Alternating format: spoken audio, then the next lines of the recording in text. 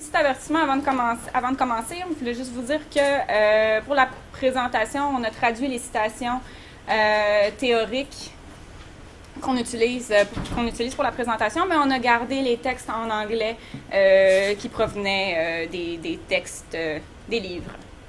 Alors voilà, on va commencer.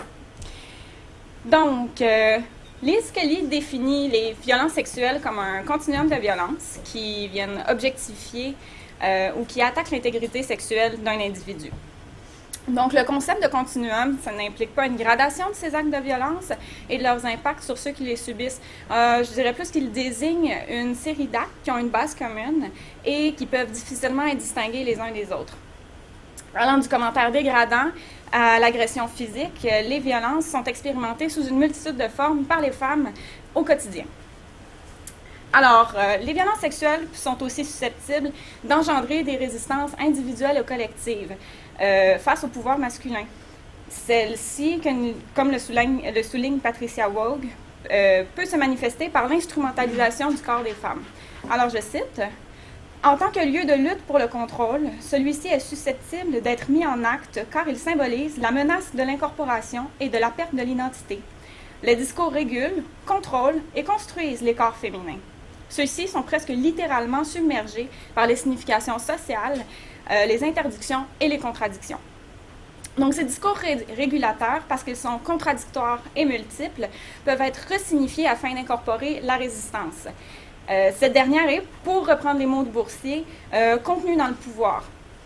En ce sens, le corps, lieu de l'incorporation et de la perte de l'identité, devient un espace de lutte et de révolte malléable, changeant. Donc, changer son identité, son soi, signifie également changer son corps.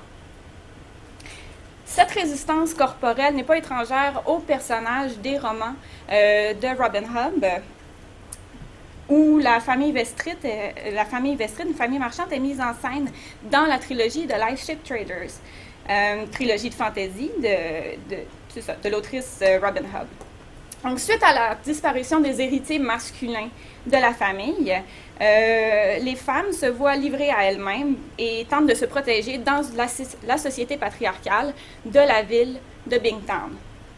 Dans celle-ci, les femmes subissent un contrôle disciplinaire de leur corps par la régulation morale de leur sexualité et par la menace de violences sexuelles contre elles. Elles sont réduites au seul rôle archétype de mère, de vierge ou de putain. Alors s'engage une danse entre contestation et contrôle où les corps, en tant qu'espace, incarnation du pouvoir, se veulent tant des lieux de réappropriation et d'assujettissement à la domination masculine. Donc, dans le cadre de cette communication, nous allons tâcher de dégager la façon dont les corps féminins, en tant qu'espace de contestation et de réappropriation, sont représentés. Pour ce faire, nous étudions les cas de deux jeunes filles de la famille Vestrit, Althea et Malta. Nous postulerons que celles-ci ont recours à des stratégies de la performance de genre afin de reprendre le contrôle de leur corps sexué et que cette contestation corporelle commune, ainsi que le vécu de l'agression sexuelle, devienne un vecteur de solidarité. Donc, dans Trouble dans le genre, Judith Butler décrit le concept de genre comme étant, et je cite, « l'ensemble des moyens discursifs, culturels, par quoi la nature sexuée ou le sexe naturel est produit et établi dans un domaine prédiscursif qui précède la culture. » Donc, fin de la citation. En ce sens, le genre contribue à la production des corps sexués en donnant des significations culturellement et socialement situées à des traits anatomiques réels, mais qui ne peuvent être interprétés sans la médiation du genre. Selon Butler, le genre est donc performatif, produit et reproduit par un ensemble de pratiques, de gestes et de discours régulateurs. Il fabrique l'identité qu'il est censé être. Dans cette perspective, l'identité est une production intimement liée au corps.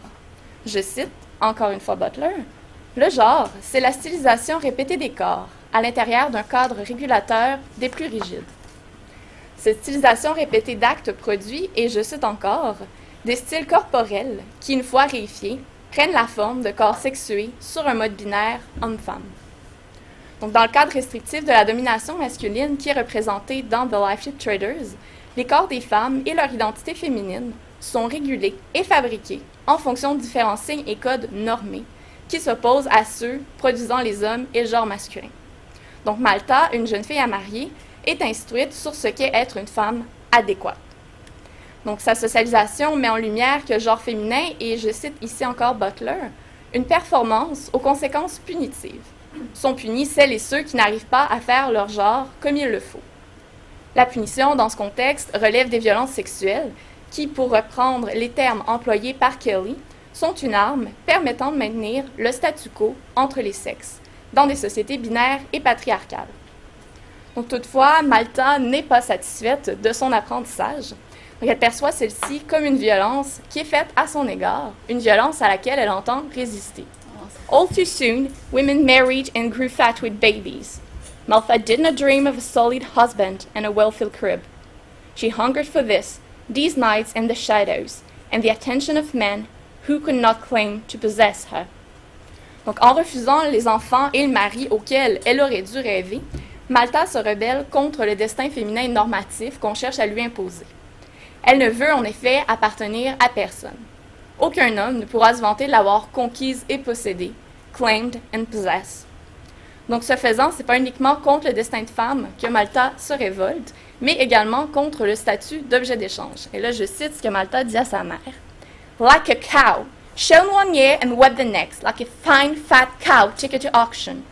One season of dancing and fun, and then marry half to have babies with whatever man offered the best bargain to your parents. » Donc ici, la répétition qui se manifeste à travers la composition des phrases et dans la reprise des motifs de la vache, qu'on a vu ce matin d'ailleurs, on a parlé de vache, et du temps, permet à la colère de la jeune fille de se répercuter à même la structure du texte. La fureur qui pulse alors est exacerbée par la comparaison établie entre la vache et la jeune fille à marier, et par l'emploi du champ lexical de la marchandisation et de l'échange. Le bal des débutantes, car c'est lui que Malta qualifie d'auction, devient une gigantesque foire où les adolescentes, les vaches, sont vendues et présentées, en fait, au plus offrant, le mari. Ceci n'est pas sans évoquer la théorie de la marchandisation des corps. Suzanne Brown Miller indique que les femmes, sous le joug des forces masculines, se soumettent de peur de se faire agresser à l'autorité de celui qui clamera pouvoir les protéger. Donc, en échange, leur sexualité et leur capacité de reproduction sont contrôlées par ce protecteur, qui peut être le père, le frère, peu importe, l'homme de la famille. Dans ce contexte, la sexualité féminine peut devenir une monnaie d'échange pour lier les familles.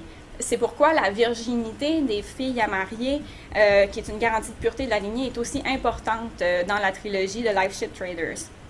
Brackman souligne d'ailleurs, et je cite, « Le sexe est le capital des femmes, leur terre. Ce capital peut être géré, donné en échange par la famille, par le père ou par la fille elle-même. Par conséquent, ces transactions sexuelles peuvent aussi être un synonyme d'agentivité dans certains cas. » On peut particulièrement le constater dans le cas de Malta. Avec la disparition des héritiers mâles dans la famille Vestrit, des protecteurs, donc, la jeune fille apprend rapidement à manipuler les hommes autour d'elle pour se défendre contre les tentatives d'appropriation de son corps. Elle leur fait miroiter la possibilité de posséder son corps vierge, donc de posséder sa marchandise. Puisqu'aucun homme de sa famille n'est présent afin de déterminer l'utilisation de son corps, la jeune fille parvient à prendre pied dans un espace de résistance contenu dans les failles du système. D'objet d'échange, Malta désire devenir sujet, être celle qui gouverne, choisir les règles de la traite de son corps. Pour ce faire, elle s'approprie les normes constructives de genre féminin qu'elle reproduit activement.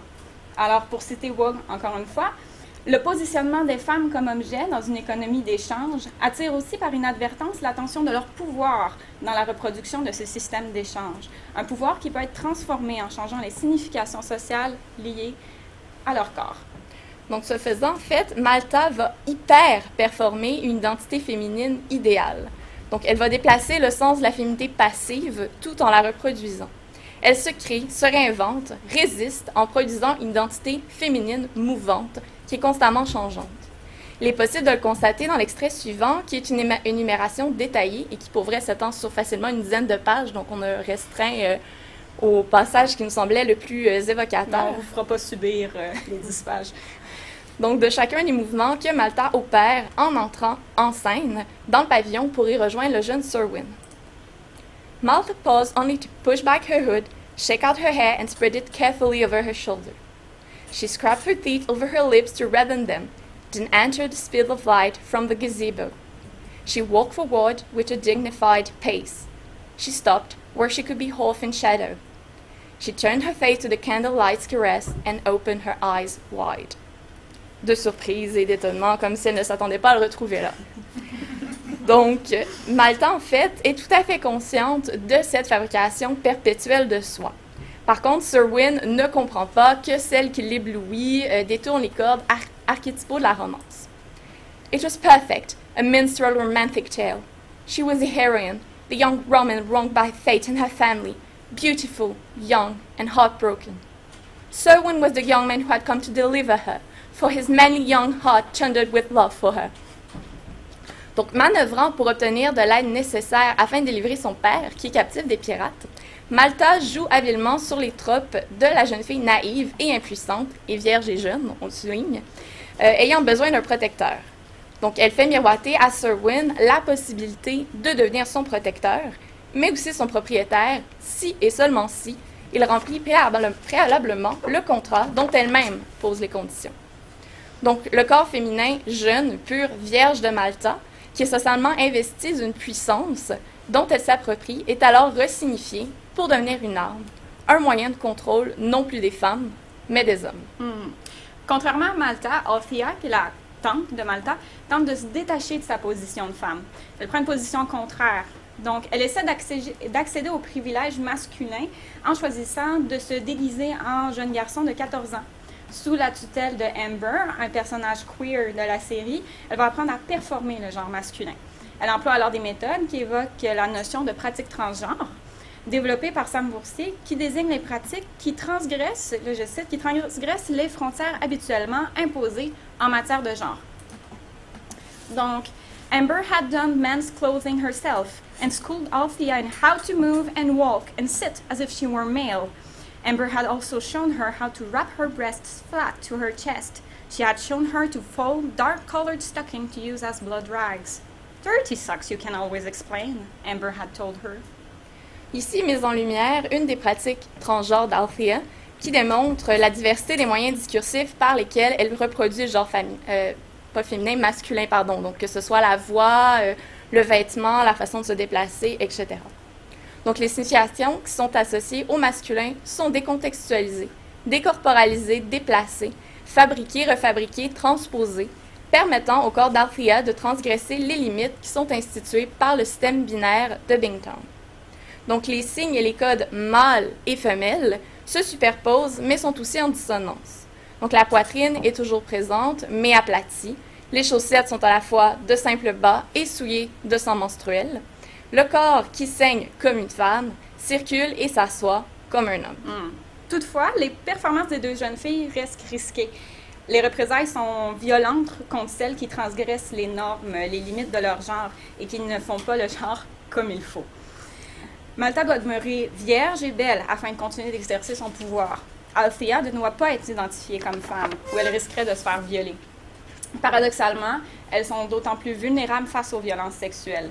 Dans le cadre de cette communication, nous avons choisi de nous pencher sur les conséquences de la performance d'Althea. C'est pas parce qu'on la juge plus grave ou plus pertinente que...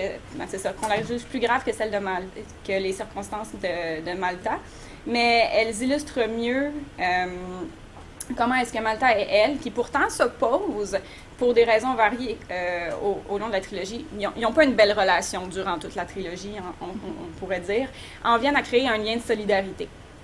Donc, dans une société patriarcale, les violences sexuelles peuvent être utilisées comme une arme de terreur qui servent à maintenir le statu quo entre les sexes.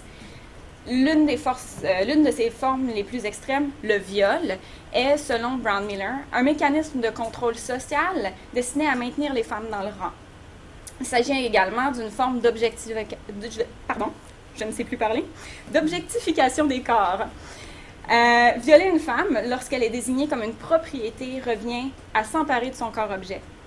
Le viol, tel que nous l'employons ici, désigne le fait qu'un homme ait des rapports sexuels sans consentement avec une femme. Les rapports sexuels en question consistant d'une pénétration du pénis dans l'appareil reproducteur féminin. Au centre d'une telle définition se trouvent les notions de risque de grossesse et la perte de la virginité. Donc, la souillure des corps par le viol affecte la valeur marchande des filles à marier. Ainsi, c'est autant un acte de violence interpersonnelle qui fait partie du continuum des violences sexuelles qu'un crime contre la propriété, contre le corps qui est objectifié des femmes. Alors, les performances transgenres d'Althea jouent contre elle. Ironiquement, elle n'est pas punie pour avoir voulu jouer l'homme, mais sa tentative d'émancipation devient l'objet d'une nouvelle forme de contrôle. La confusion et la superposition des signes associés au masculin et au féminin attiseront la convoitise du roi des pirates, l'antagoniste de l'histoire, Kenneth. She was dressed in Wintrow's clothing, and with her hair tied back, the resemblance between the two was even more marked. She had his dark eyes and his cheekbones.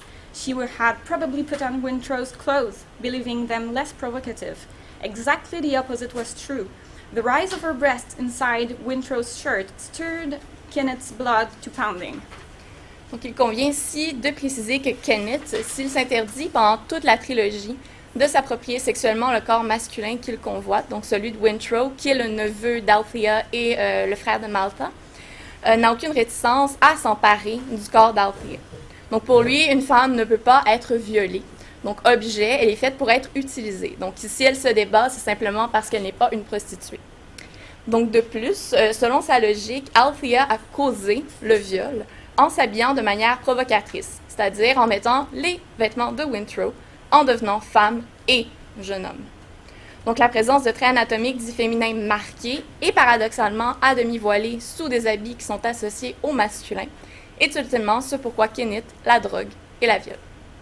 Donc, par conséquent, dans The Lifeship Traders, les corps résistants performés subissent continuellement des tentatives de réappropriation. Donc, dispositifs de pouvoir et stratégies de résistance s'affrontent et se transforment mutuellement en un mouvement incessant. Donc, comme le rappelle Foucault, entre relations de pouvoir et stratégies de lutte, il y a appel réciproque, enchaînement indéfini et renversement perpétuel. De ce fait, le mouvement de réappropriation des corps des femmes par le pouvoir masculin est contourné et détourné à son tour. Donc, sur cette nouvelle contestation des structures patriarcales va s'édifier une solidarité féminine qui s'inscrit sur la chair des protagonistes suite à l'agression d'Althea par Kenneth. Donc, en effet, les autres personnages, principalement des hommes, ne la croient pas et la décrédibilisent quand elle dit avoir été violée. Donc, Kenneth, grand beau roi charismatique des pirates, libérateur d'esclaves et fondateur héroïque d'un royaume indépendant, ne correspond pas à la notion du violeur de buisson. Donc, la parole d'un homme puissant vaut davantage que celle d'une femme qui, de surcroît, n'était déjà plus vierge. Dans ce contexte, crée une connexion entre les personnages féminins. Ainsi, Malta, qui s'opposait régulièrement à Althea au cours de la trilogie, ne va pas nier l'expérience de cette dernière et va prendre son parti. Althea did not look at Wintrow, but spoke directly to Malta. In a cold, flat voice, she spoke of her rape.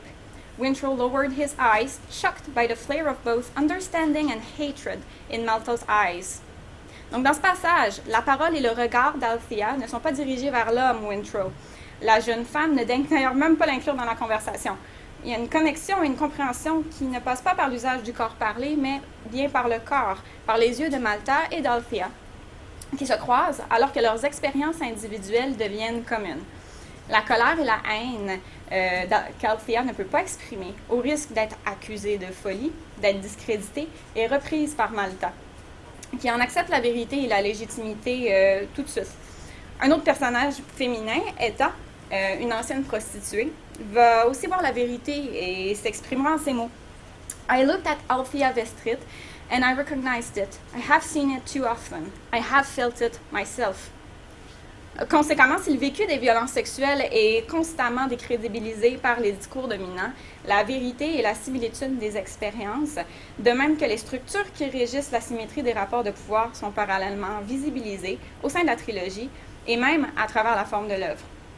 Par le biais d'un narrateur hétérodiégétique à focalisation interne, les diverses voix des femmes s'élèvent, s'alternent et s'entrecroisent dans le tissu textuel dénonçant viol et agression sexuelle. Malta, Althea, Ronica, Kefria, Vivacia, Seria, Etha, Keki, Tintaglia, Bold, Rage, grand-mère, jeune fille, mère, prostituée, esclave, serpent, dragonne, reine, UMI, We, all queens, dira Tintaglia Amalfa, never wait for a male to decide. You, all the queen, you decide. Merci.